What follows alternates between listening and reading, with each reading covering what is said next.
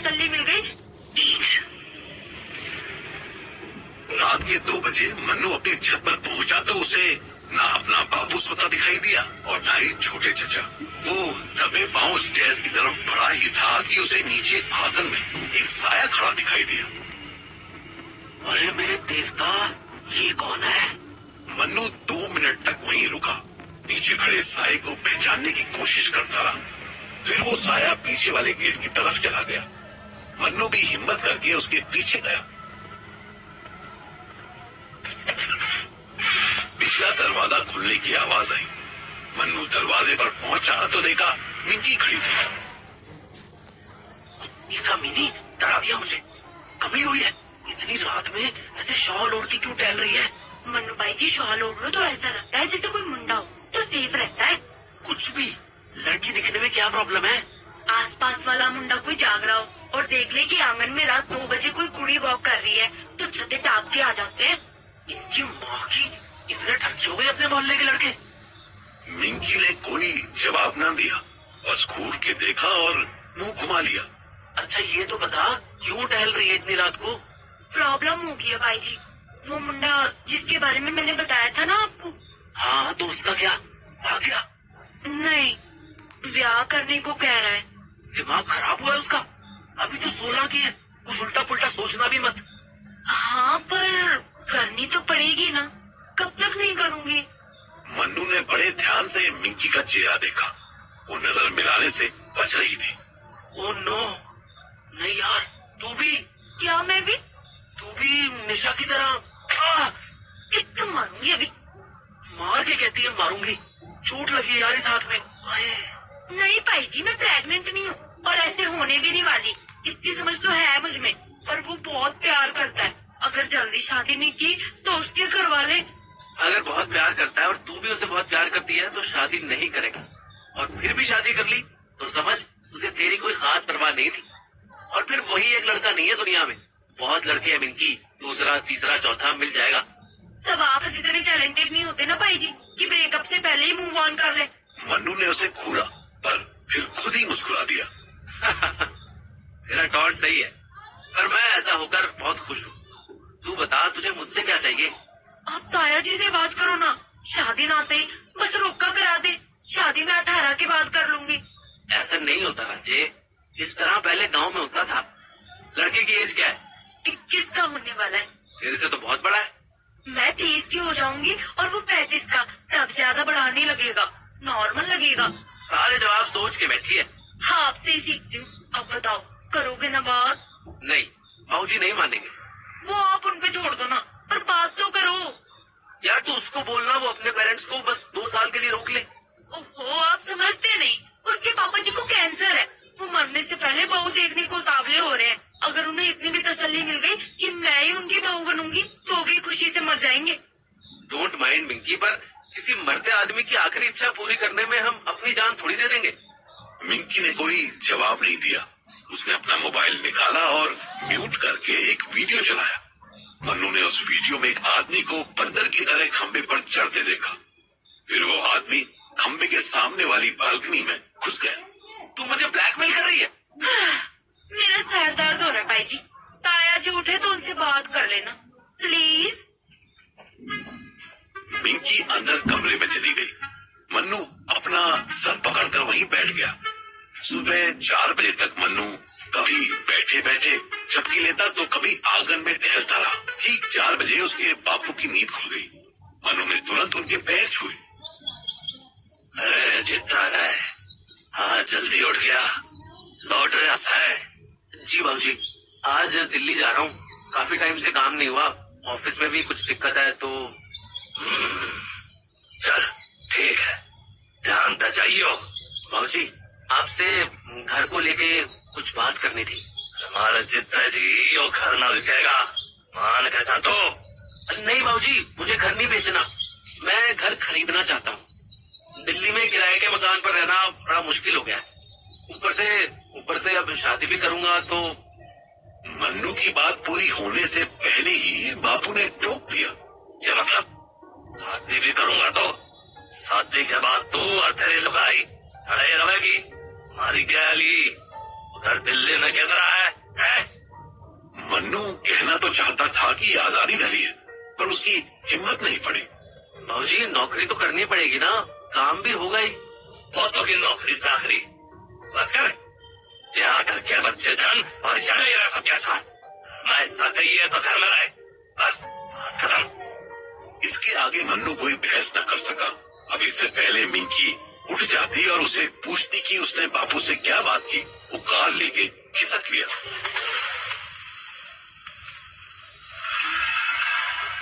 मन्नू सुबह 4:30 बजे दिल्ली के लिए निकल चुका था। वहीं मुंबई में सुबह 7 बजे गौरव और सुहाना एयरपोर्ट पहुंचने वाले थे।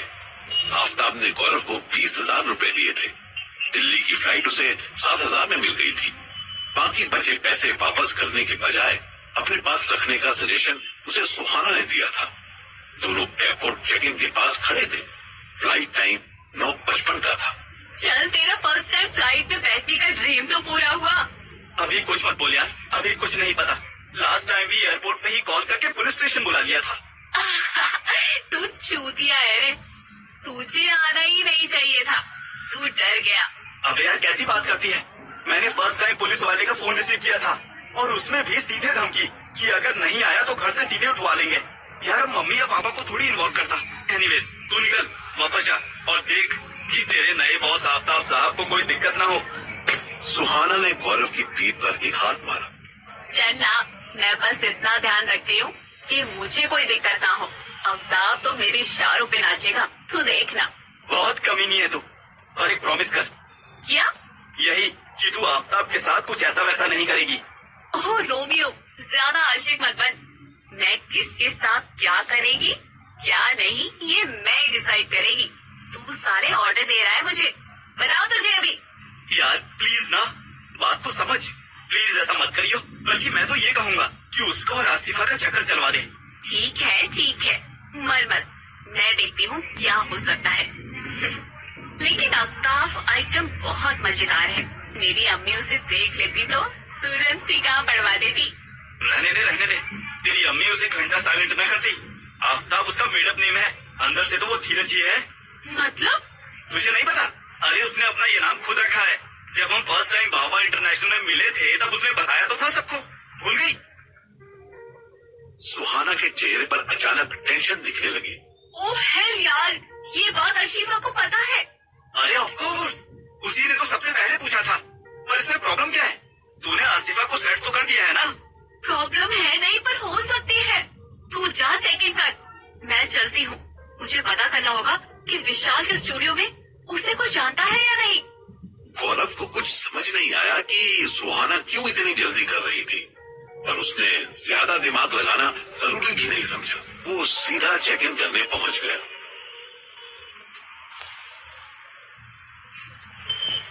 सुहाना जितनी जल्दी हो सकता था उतनी जल्दी आफ्ताब के पास पहुंचना चाह रही थी।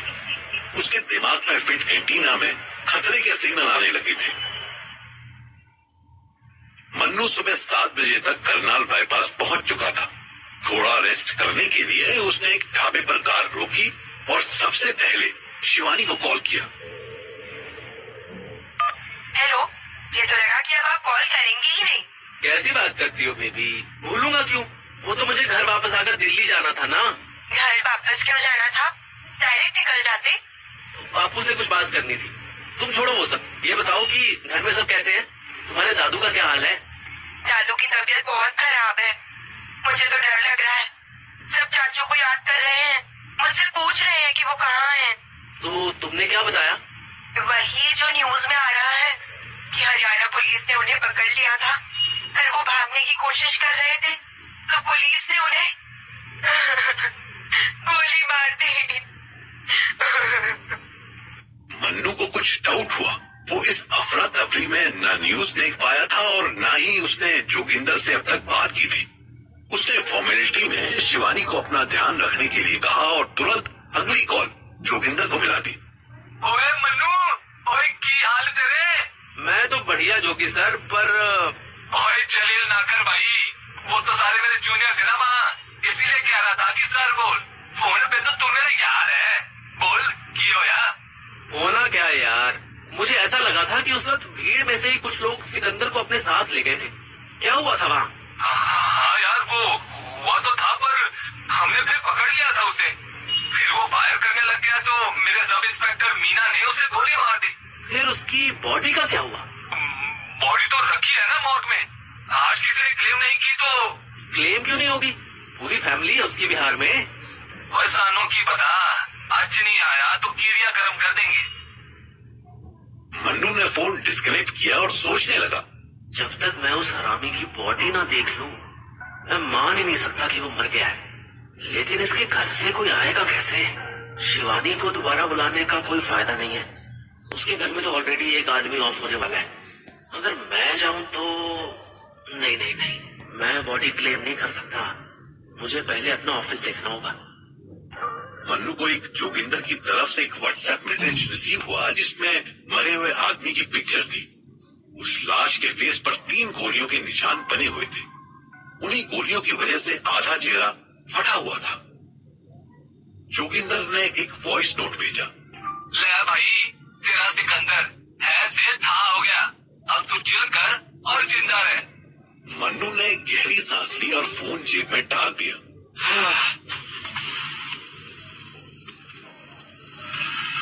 10 मिनट बाद ही वो दिल्ली की तरफ उड़ा जा रहा था।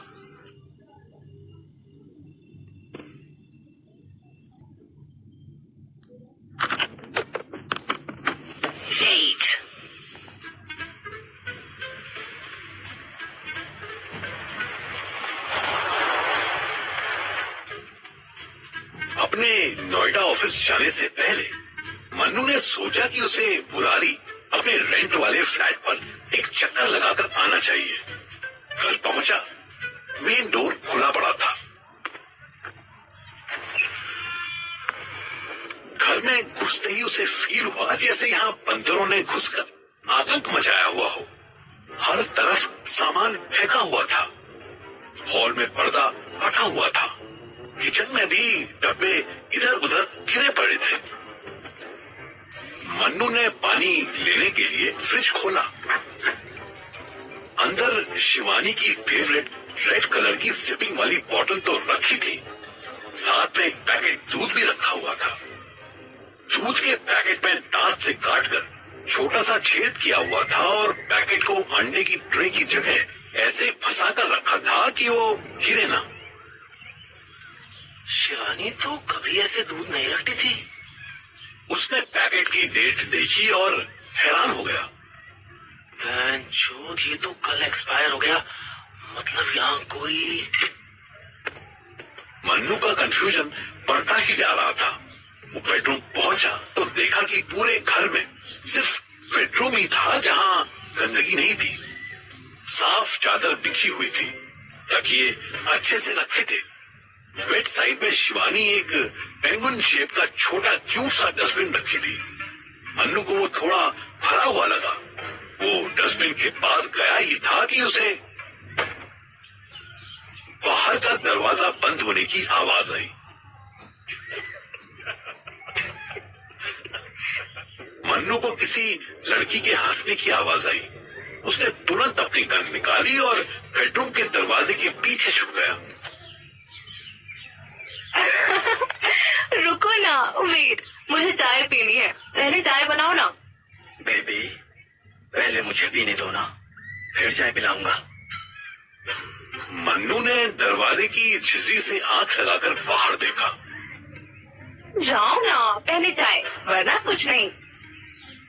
लड़की ने लड़के को किचन में धक्का दिया और खुद बेडरूम में आकर अपनी व्हाइट शर्ट उतारने ही लगी थी कि उसकी नजर हाथ में गन लिए मन्नू पर पड़ी। लड़की के चिल्लाते ही मन्नू ने अपने मुंह पर उंगली रखी और गन लड़की की तरफ कर दी। लड़का तुरंत दौड़ता हुआ बेडरूम में आया। क्या हुआ? फिर से कॉकरोच आए क्या? लड़के के अंदर आते ही मन्नू ने दरवाजा बंद कर दिया। कॉकरोच देखना था तुझे, है? लड़की बेचारी डर से कांपने लगी। वो बेड पर बैठ गई। लड़के ने कस के उसका हाथ पकड़ लिया। तब मन्नू ने गौर किया कि दोनों स्कूल ड्रेस में थे। दोनों व्हाइट शर्ट पहने थे। लड़की की ग्रे पैंट थी और लड़की ग्रे कलर की लॉन्ग शर्ट पहने थी।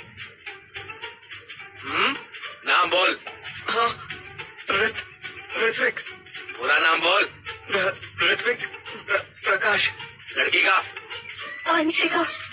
अंशिका शर्मा। आप प्लीज हमें जाने दो, हम किसी को नहीं बताएंगे। हैं? क्या नहीं बताओगे कि मैं यहाँ चोरी करने आया हूँ? मैं चोर दिखता हूँ तुमको? मन्नू ने गन वापस अपनी पैंट में घूस ली। ऋत्विक और अंशिका ने मुंह नीचे कर लिया। मन्नू की एक्सपर्ट आईज ने 2 मिनट में समझ लिया कि अंशिका वो टीनेजर थी जो बहुत सी अडल्ट लड़कियों के मन में कॉम्प्लेक्स ला सकती थी। कौन से स्कूल में पढ़ते हो और कब से आ रहे हो यहाँ? जल्दी बताओ। सर हमें जाने दो ना, हम वादा करते हैं कि हम किसी को नहीं बताएंगे। अबे क्या नहीं बताओगे? ये मेरा घर है, इसका रेंट मैं दे रहा हूँ। कुछ समय के लिए मैं यहाँ आ नहीं पाया तो तुम सालों ने इसे अपना अड्डा बना लिया। नहीं सर, वो राशिद ने हमें बताया था कि यहाँ एक फ्लैट खाली पड़ा है, आओ इसे यो रूम्स बना दो, फ्री में मजे उड़ाओ, सोफा फाड़ दो, सारा राशन खा जाओ। क्यों? ऋत्विक नर्वस होकर अंशिका की तरफ देखने लगा। अंशिका को समझ आ गया कि मन्नू कोई लूटपाट करने नहीं आया था। वो हिम्मत करके बोली, नहीं सर, एक्चुअली राशिद हमारा फ्रेंड है, एक्चुअली इसका फ्रेंड है। वो फर्स्ट टाइम हमारी फ्रेंड दीप्ति के साथ यहाँ आया था। एक्चुअली दीप्ति मेरी फ्रेंड है, तो उसी ने आपका सोफा और फिर वही बोला हमको कि। मन्नू आराम से बेड पर बैठ गया। तुम्हें पता है कि ये फ्लैट पुलिस की नजर में था। यहाँ एक बहुत बड़ा क्रिमिनल रह रहा था और तुम लोग यहाँ मस्ती करने आते रहे। इससे तो यो रूम्स जाते, वो सेफ भी रहता और किसी के आने का डर भी नहीं रहता। ऐसी बात नहीं है सर, वो हमारे पास ज्यादा पैसे नहीं होते। वो तो पता चल रहा है। ऋत्विक, तूने गलती तो की है बेटा। राशिद की खबर तो मैं बाद में लूंगा, पहले तू ये बता कि तेरे साथ मुझे क्या करना चाहिए, क्या पनिशमेंट दूं तुझे, तू खुद डिसाइड कर। सॉरी सर, अब कभी भी नहीं आऊंगा। मैं सच कह रहा हूँ कि मुझे पता ही नहीं था कि। हाँ ठीक है, चुप हो अब। एक ही टेप रिकॉर्डर बजाया जा रहा है। तू चाय बनाने जा रहा था ना, जा 1 कप एक्स्ट्रा बना कर ला। अंशिका ना चाहते हुए भी हल्का सा हंस दी, पर ऋत्विक अपनी जगह से हिला भी नहीं। क्या हुआ? अभी तो बेबी के लिए चाय बना रहा था ना, अब मेरे लिए भी 2 घूंट चाय उबाल दे। ऋत्विक हाथ पीछे बांधकर नीचे देख रहा था। वो अंशिका के कान में बोला, तू भी चल मेरे साथ की जाए। मन्नू के पतले कानों में ये आवाज घुस गई। ओ रोमियो, 3 कप चाय बनाने में 2 लोग नहीं लगते। तू जा, अंशिका को यहीं बैठा रहने दे। नहीं सर, मैं इसे अकेला छोड़कर नहीं जाऊंगा। मन्नू मुस्कुरा दिया और दीवार पर पिलो लगाकर रिलैक्स होकर बैठ गया। तुझे पता है हमारे गांव में जब कोई लड़का किसी छोरी के साथ खेतों में पकड़ा जाता था ना, तो उसे खूब पीटते थे। ऋत्विक और अंशिका दोनों उसका मुंह देखने लगे। पर छोरा पिटाई से बचने के लिए छोरी को रिश्वत की तरह ऑफर कर देता था कि भैया तुम भी इसके साथ कर लो, मगर किसी को बताना मत। समझा कुछ? मन्नू ने देखा कि लड़के की मुट्ठियां भींच गई थी। नहीं सर, मैं ऐसा नहीं हूँ और हमें नहीं पता था कि ये घर आपका है। हम दोबारा यहाँ पे नहीं आएंगे। पर अगर आपने अंशिका को हाथ भी लगाया ना तो। शांत हो जा, टेंशन ना ले। मैं भी ऐसा नहीं हूँ। ऊपर वाले की दया से और तुम्हारे जैसे ठरकियों की दुआ से मेरी जिंदगी में किसी बात की कोई कमी नहीं है। तुझे यहाँ जितनी देर रुकना है रुक। जैसे बेडरूम साफ सुथरा रखता है वैसे ही बाकी घर भी साफ रखा कर, रसोई को चमका के रख। हैं? ऋत्विक से पहले ही अंशिका बोल पड़ी, मैं तो कहती हूँ इसको कम से कम किचन तो क्लीन रखना चाहिए। ऋत्विक अंशिका को घूरने लगा।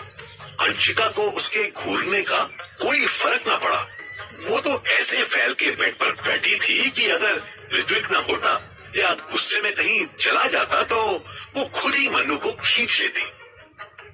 वैसे तो मैं यहाँ आराम करने आया था, पर अभी तुम दोनों अपना आराम करो। मन्नू ने अपना एक कार्ड निकालकर उसे दिया।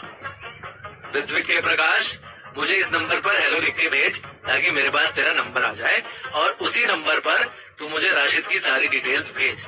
मैं उससे कुछ बात करूंगा। अभी तुम लोग मस्ती मारो, चाय पियो, एक दूसरे का खून पियो और डस्टबिन साफ करके खिसक लो, ठीक है? मन्नू बाहर गेट तक पहुंच गया और वहीं से चिल्लाया, और हाँ लैला मजनू, घर अनलॉक मत छोड़ना। फ्रिज के साइड में की स्टैंड है, वहीं से चाबी लेकर जाते टाइम लॉक करते हुए जाना और चाबी डोरमैट के नीचे रख देना। शाबाश, अब शुरू हो जाओ। ऋत्विक और अंशिका को कंफ्यूजन में छोड़कर मन्नू अपने ऑफिस की तरफ निकल गया। आराम से खाते पीते मन्नू 10:30 बजे अपने ऑफिस पहुंचा। एंटर करते ही सब उसे ऐसे देख रहे थे जैसे कोई एलियन घुसाया। सबसे पहले पियोन चचा मन्नू से मिलने आए। उनके चेहरे पर 12 बजे हुए थे। मन्नू जी, बड़ा बुरा हुआ, ये नहीं होना चाहिए था। क्यों, क्या हुआ चाचा? पिताजी नहीं रहे क्या आपके? नहीं, कैसी बात करते हैं, हम तो आपकी नौकरी के लिए कह रहे थे। हमने सुना कि बॉस ने आपको गाली वाली देके निकाल दिया काम से। आप तो कुछ भी सुन लेते हैं चाचा। सुनने लायक बात आपको अभी पता चलेगी। बॉस आ गए? नहीं, अभी तो नहीं आए। वो आए तो उन्हें बताना कि मैं अपने कैबिन में हूँ। अगर वहाँ आना चाहे तो बेटर, नहीं तो मुझे अपने कैबिन में बुला लें। पियोन ने बस हाँ में सर हिला दिया। उसे मन्नू का इतना कॉन्फिडेंट होना समझ नहीं आ रहा था। मन्नू केयरलेसली आगे बढ़ गया, फिर रुका और बोला, और हाँ, अंकिता जैसे ही ऑफिस आए या कहीं दिखाई दे तो उसे मेरे कैबिन में भेज देना। शाबाश। पियोन बेचारा हैरान था, मन्नू को ज्यादा देखता रहा। मन्नू अपने केबिन की चेयर पर बैठा ही था कि अंकिता सामने आकर खड़ी हो गई। वो ब्लैक टॉप और ब्लैक शॉर्ट स्कर्ट के साथ लंबी हील्स पहनी थी। हमेशा की तरह उसके टॉप का neck. May I come in, sir? Yes, you may. Long time no see. Ankita अंदर आई और उसने खुद ही केबिन का डोर बंद कर दिया। Yes, sir, बताइए, आपने क्यों बुलाया है मुझे? Sweetie, you don't need to act weird. दरवाजा बंद हो गया, अब आ जाओ अपनी फॉर्म में। सॉरी सर, मैं समझी नहीं। गुड। ना समझ लड़कियां मुझे बहुत पसंद है। डोंट माइंड, बट आपको टोटल कितनी लड़कियां पसंद है सर? ऑफिस में तो स्वीटी तुम अकेले ही हो, बाकी लिस्ट से तुम्हें कोई खास मतलब है नहीं, मैं जानता हूँ। अब इधर आके बैठो, कुछ पर्सनल बात करनी है। सर डोंट माइंड, बट आपकी गर्लफ्रेंड है ना शिवानी, आप उससे करिए ना पर्सनल बात। मन्नू मुस्कुराया और उसके टेबल पर पड़ी कुछ पुरानी फाइल्स उठाकर अंकिता को दे दी। अगर तुम्हें लग रहा है कि शिवानी की वजह से तुम्हारा प्रमोशन रुक जाएगा तो माय डियर, बेकार टेंशन ले रही हो तुम। ओहो, रहने दो आप। सब तो कह रहे हैं कि आपको तो बॉस ने ऑलरेडी कंपनी से निकाल दिया है। और तुम्हें लगता है कि ये सच है? अंकिता नर्वस होने लगी। मैं आपसे किसी प्रमोशन के लिए नहीं बल्कि रियलिटी में अटैच थी। मुझे आप पसंद थे, पर आप तो पता नहीं कितनी लड़कियों को। अरे रे, कितना प्यार करती हो मुझसे, ये मुझसे बेहतर कौन जान सकता है। एनीवेज, जब मन हो बात करने का मेरे पास आना, आई विल हेल्प यू। मेरे बाद तुम ही यहाँ की फ्री बर्ड बनोगी। अंकिता के चेहरे पर हल्की सी स्माइल आई। वो जाते जाते रुक गई और मन्नू के सामने रखी कुर्सी पर बैठ गई। आप सच कह रहे हो? मैं भला झूठ क्यों बोलूंगा, वो भी तुमसे। एक शिवानी वाली बात तुमसे छुपानी थी, अब तो तुम्हें वो भी पता है, तो क्या फायदा।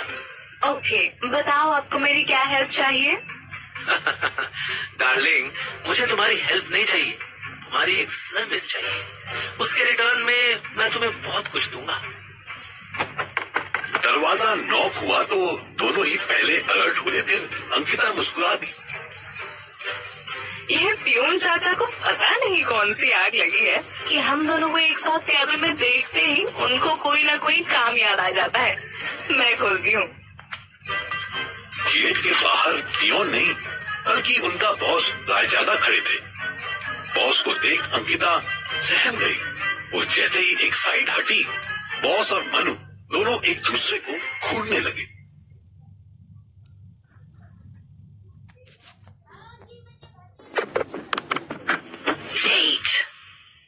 मन्नू अपनी सीट पर बैठा अपने बॉस रायजादा को घूर रहा था और रायजादा केबिन के दरवाजे पर खड़ा मन्नू को एकटक देखे जा रहा था। सारे स्टाफ को लग रहा था कि कोई बड़ा पंगा होने वाला है। पियोन भी उसी डोर पर आकर खड़ा हो गया। अंकिता साइड हो गई और सोचने लगी कि अगर रायजादा दरवाजे से हट जाए तो वो चुपचाप बाहर निकल जाएगी।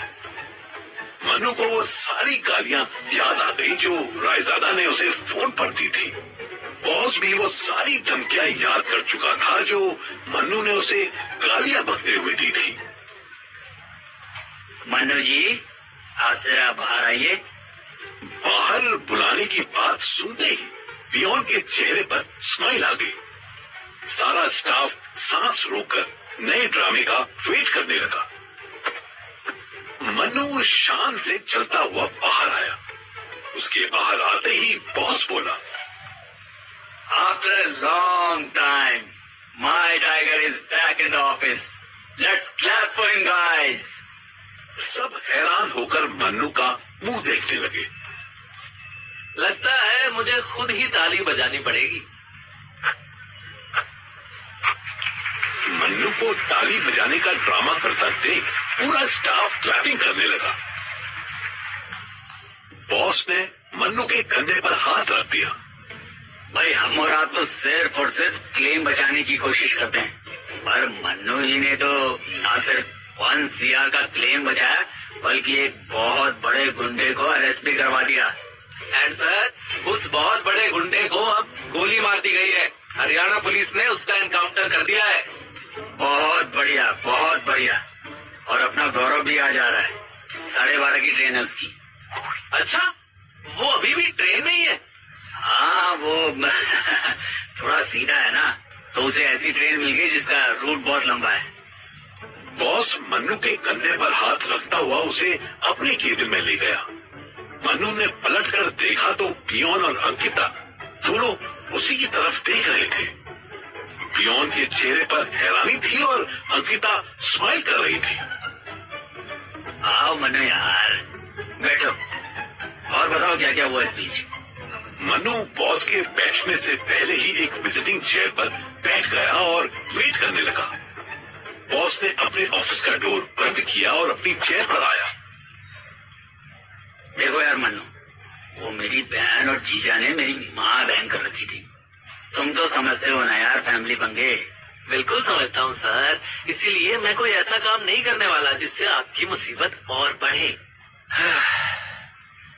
थैंक गॉड, मुझे तो लगा तुम पता नहीं कितना लंबा ब्लैकमेल करोगे। नहीं सर, कैसी बात करते हैं, हम एक दूसरे को ब्लैकमेल करने लगे, इतने तगड़े कंपटीशन में सरवाइव ही नहीं कर पाएंगे। आपने जो फ्रॉड किया वो भूल जाओ, आपने जो गालियां दी वो मैं भूल गया। अब मैं जो कहने वाला हूँ उसे आपको याद रखना है, ठीक है? रायजादा समझ नहीं पा रहा था कि असल में बॉस कौन था। मनु से बता रहा था कि उसे आगे क्या करना है और क्या नहीं। हाँ बोलो ना मन्नू, क्या चाहते हो तुम? मैं चाहता हूँ आप अपना ट्रांसफर मुंबई ब्रांच में ले। यहाँ आपका ऑफिस मुझे मिले और मेरा ऑफिस मिले। रायजादा ने मन्नू की पूरी बात भी नहीं सुनी और रोक दिया। ये क्या बात कर रहे हो तुम? मेरी फैमिली दिल्ली में है, मेरा सब कुछ दिल्ली में है, मैं कैसे यहाँ से? फिर मुंबई में तो मेरी कोई इज्जत भी नहीं होगी, तुम समझ रहे हो ना? मन्नू पहले से ही पूरे खेल की गोटियां सेट करके आया था। हेड ऑफिस में आपके नाम पर कंप्लेंट हो गई है। वहाँ ऐसा लगता है कि आपने अपने भांजे को सेट करने की वजह से काफी सारे प्रोटोकॉल्स तोड़े हैं और कंपनी रिसोर्सेज का तगड़ा नुकसान किया है। ऐसे कैसे प्रोटोकॉल तोड़ दिए मैंने? इनकी माँ की। मन्नू सस्पेंस फिल्मों की तरह इधर उधर देखने लगा। फिर उसने दरवाजे की तरफ देखकर मुंह पर उंगली रख ली। शांत, कीप क्वाइट। आपका पियोन ही तो है मुखबिर, वो हर दिन यहाँ की रिपोर्ट वहाँ लगाता रहता है। इसकी माँ का भोसड़ा साला दिन भर मेरे आगे पीछे घूमता रहता है और मेरी शिकायत कर रहा है। यकीन नहीं होता। इस यकीन का सिंपल तरीका है, एक रिसेप्शनिस्ट से पूछो कि पियून चाचा हफ्ते भर में कितने फोन रिसीव करते हैं और सीसीटीवी में आप चेक करवाओ कि ये आदमी दिन भर में कितने टाइम के लिए मोबाइल पर बात करता है। बॉस ने तुरंत रिसेप्शनिस्ट को कॉल लगाया। मन्नू मुस्कुरा दिया। उसके प्लान का पहला पार्ट तो सही जा रहा था। अब उसे दूसरे राउंड की तैयारी करनी थी। रिसेप्शनिस्ट ने भी कहा है कि पियोन अक्सर फोन पर बिजी रहता है। उसको आप नौकरी से तो निकाल नहीं सकते, इसलिए उसको आर्काइव्स में डाल दीजिए। मतलब मैनेजमेंट की नजर में तो ये प्रमोशन होगा कि आपने एक प्यून को आर्काइव्स मैनेजर बना दिया, पर रियलिटी में ये बेसमेंट में अकेला बैठेगा, ना वहाँ इसको नेटवर्क मिलेगा ना बीडी।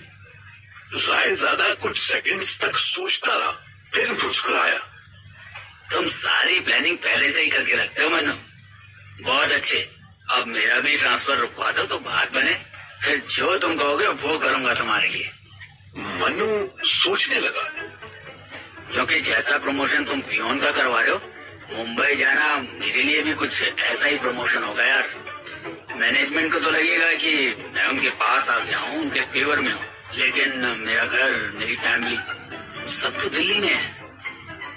सॉरी टू से बॉस, पर कम से कम 6 महीने के लिए आपको ये ट्रांसफर लेना पड़ेगा। किसी ने वहाँ आपकी बहुत कंप्लेंट की है।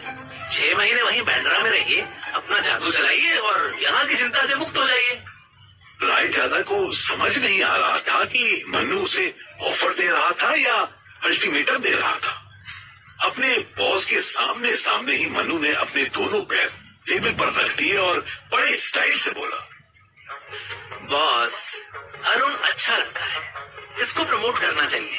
नहीं, कब तक बेचारा यहाँ से वहाँ टिकट्स निकालता रहेगा? इसके बारे में कुछ सोचता हूँ मैं। आप फिलहाल चचा के प्रमोशन की तैयारी करो, फिर मिलते हैं। मनु सीट से उठा ही था कि उसका फोन बजा। कॉल तान्या की थी। हेलो जानेमन, अभी 5 मिनट में कॉल करता हूँ। जानेमन की आशिक हो कहाँ अभी? हम दोनों अपने घर ही हो क्या? नहीं डियर, मैं अपने ऑफिस आया हूँ। वेरी गुड, ऑफिस के बाहर आओ, मैं यही हूँ, तुम्हारी बिल्डिंग के नीचे खड़ी हूँ। मनु चौंक गया।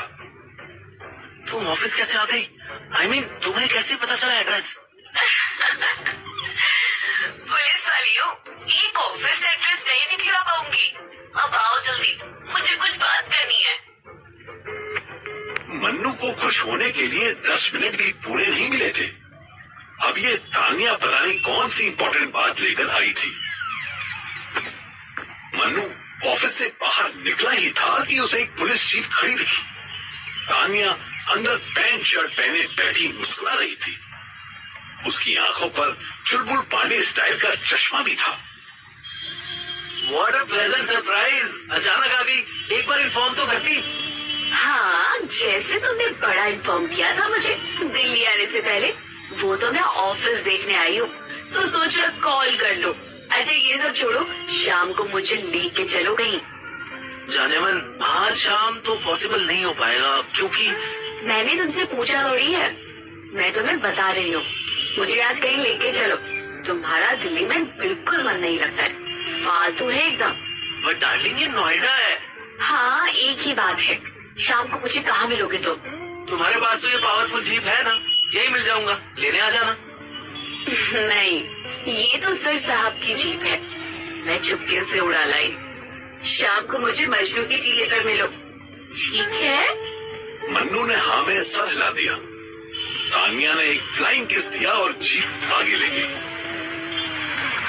मन्नू अब किसी भी हाल में तान्या से पीछा छुड़वाना चाहता था, पर वो इतनी दबंग थी कि मन्नू उसको डायरेक्ट मना करने की हिम्मत नहीं कर पा रहा था। फिर उसका फोन बजा। गौरव की कॉल थी। हेलो सर, नमस्ते। आप दिल्ली में हो? नहीं, मैं नोएडा हूँ। तू बता कहाँ रह गया? कल सुबह का निकला है तू, कौन सी ट्रेन से आ रहा है जो अब तक पहुँचा नहीं? सर फ्लाइट से आ रहा हूँ, अभी लैंड हुआ हूँ, बस मेट्रो पहुँच ही रहा हूँ। पहले घर जाएगा या पहले ऑफिस आएगा? सर पहले तो घर जाऊंगा ना, क्योंकि मम्मी वेट कर रही होंगी। मम्मी से 100 टाइम ज्यादा तेरे मामा वेट कर रहे हैं। पहले ऑफिस आ, राजीव चौक मेट्रो से सीधा नोएडा वाली लाइन पकड़, आजा। But sir mummy. अबे घोचू, मम्मी के पास शाम तो पहुंची हो ना, अब दिन भर इतने सवाल होंगे, कैसे जवाब देगा? फिर तेरा मामा है ना ईमानदार आदमी, ये बताएगा तेरी मम्मी को कि तू कितना मेहनती है, कितना। मनु सर प्लीज, आप चाहते हो ना मैं ऑफिस आ जाऊँ? मैं आ जाता हूँ, और ये टोपी पहनाना बंद करो सर। आप बात बात में मेरा चूतिया काटने लगते हो। गौरव को बिना किसी डर के पूरा सेंटेंस बोलते सुनकर मन्नू की आंखों में चमक आ गई। अपने मिशन के लिए उसे जैसा लड़का चाहिए था उसका परफेक्ट मॉडल गौरव बन चुका था। मन्नू आराम से वहीं वेट करने लगा। उधर एयरपोर्ट से बाहर निकलते ही गौरव ने रास्ते भर में खींची जितनी भी फोटोज थी वो सुहाना को भेजनी शुरू कर दी।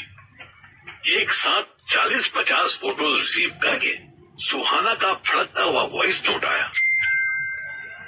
गौरव यार, अभी दिमाग मत चाट, मैं रात में देखेगी, अभी बहुत टेंशन है। गौरव ने भी रिप्लाई में वॉइस नोट भेज दिया। कैसी टेंशन में साली, 1 लाख रुपए पर मंथ सैलरी में भी तू खुश नहीं हो रही है। अब क्या अंबानी के यहाँ तेरी जॉब लगवाऊं? बकचोदी मत कर यार, जिस बात का डर था वही हो गया। अच्छा, और किस बात का डर था तुझे? अरे यार, वो उसने अपना रियल नेम पोर्ट्रेट में लिखवाया था। अब मीडिया में इस बात को लेकर बवाल हो गया है कि एक माइनॉरिटी कम्युनिटी की लड़की के साथ मेजॉरिटी के लड़के ने नाम बदल कर फ्रॉड किया है। बताओ। अरे लेकिन आसिफा तो आफ्ताब का सच जानती थी ना, तो उसने ऐसे किया क्यों? उसने ऐसे वैसे कुछ नहीं किया, जो किया है स्टूडियो के अंदर ही किसी कमीने ने किया है। तो अभी आफ्ताब कहाँ पे है? उसको पुलिस पकड़ कर ले गई। अभी मैं उसको छुड़वाने के लिए ही तो इधर से उधर भाग रही हूँ। गौरव ने फोन डिस्कनेक्ट कर दिया। आफ्ताब का करियर तो शुरू होने से पहले ही कंट्रोवर्सी पकड़ चुका था। गौरव मेट्रो में बैठ गया। इधर मन्नू अंकिता से जान छुड़ा चुका था, लेकिन शिवानी के साथ साथ अब तान्या भी उसे शादी करने के लिए मरी जा रही थी। वो खुद इन दोनों से बचने का रास्ता ढूंढ रहा था कि उसका फोन बजा। अननोन नंबर से कॉल थी। मन्नू ने बेमन से जवाब दिया। Hello, Manmohan speaking from easy claim insurances. अरे वाह, आज तो तुम्हारी आवाज मर्दों जैसी आ रही है। लास्ट टाइम तो लड़कियों जैसी हो गई थी। बहुत अच्छा जोक था। और सुनाओ। और ये सुनाना है कि मैं दिल्ली आई, शाम को 7 बजे कश्मीरी गेट पर मिलो। मन्नू ने फिर अपने सर पर हाथ मार लिया।